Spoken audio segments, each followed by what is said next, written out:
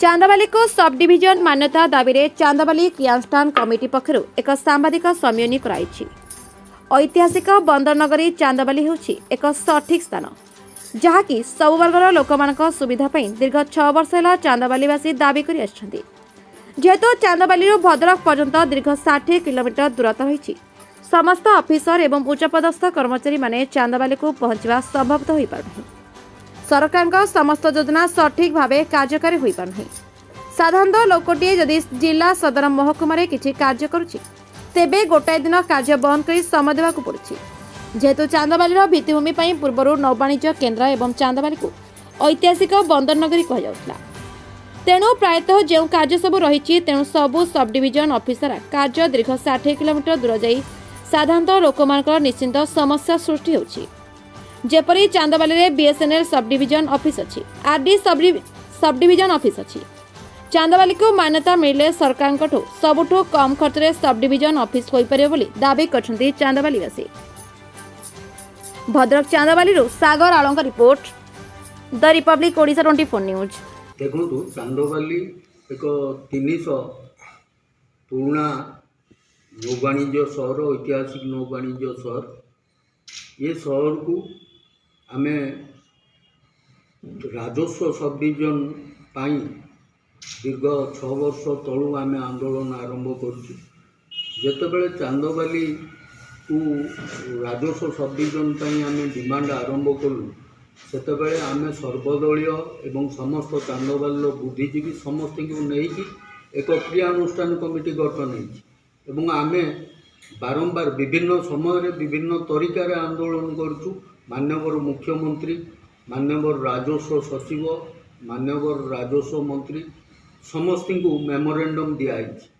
आमे पुणी ए निकट अतीत जिते पद्मपुर जिला घोषणा कथा थिला सेतेबेले आमे पुनर्बार माननीय मुख्यमंत्री को, राजस्व मंत्री को, 5टी सचिव को प्रतिनिधि माने भेटिकी आमे आमर दाबी पत्र प्रदान करछु।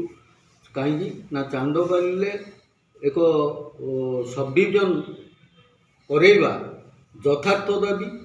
येठू भद्रक सदर महकुमा जिला सदर महकुमा है 60 किलोमीटर दूर। चांदाबाली एक इनासेसेबल एरिया, नदी नाल घेरिया एरिया जोटी की सरकारंकर समस्त योजना सठिक भाव में पहुँची पारनी। गवर्नमेंट जितेबाला चिंता करुच्ची जे गवर्नमेंट जितेबाला चिंता करुच्ची जे सर्विस समस्त डोर स्टेप रे पहुँचब सेतेबेले चांदाबालीवासी से वंचित रोचुं।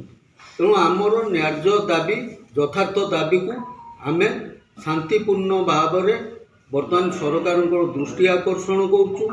आशा करुचु जे चांदाबालीवासी ये जो दाबी को सरकार सहृदयता सहित ग्रहण करेंगे एवं चांदाबाली को सब डिविजन मान्यता प्रदान करेंगे। देखो चांदाबाली को राजस्व सब डिविजन भाव घोषणा करवा ये प्रक्रिया दीर्घ वर्ष धरी चांदाबाली केवल नुहे भद्रक जिलार प्रक्रिया आरंभ होती समर्थन रही। चांदाबाली लोकों ये केवल जे एक कथा आम आज आह्वान देचु से कथा नहीं, यह गोटे संवेदनशील घटना होती जे भद्रक जिला चांदाबालीवासी पाखे अपहंस होती दीर्घ वर्ष से प्रयास जारी है जहाँ फल आज चांदाबाली समस्त जनसाधारण समस्त सब वर्गर व्यक्ति माने एकजुट होती। जदिओ सरकारी स्तर में सब डिविजन घोषणा को से इच्छा शक्ति भाव में निया जाई नथिला, तेबे आमे अनुभव करछु विगत किछि दिन धरी जे सरकार कोठी ना कोठी नुआ जिला नुआ सब डिविजन प्रक्रिया आरंभ करछंती।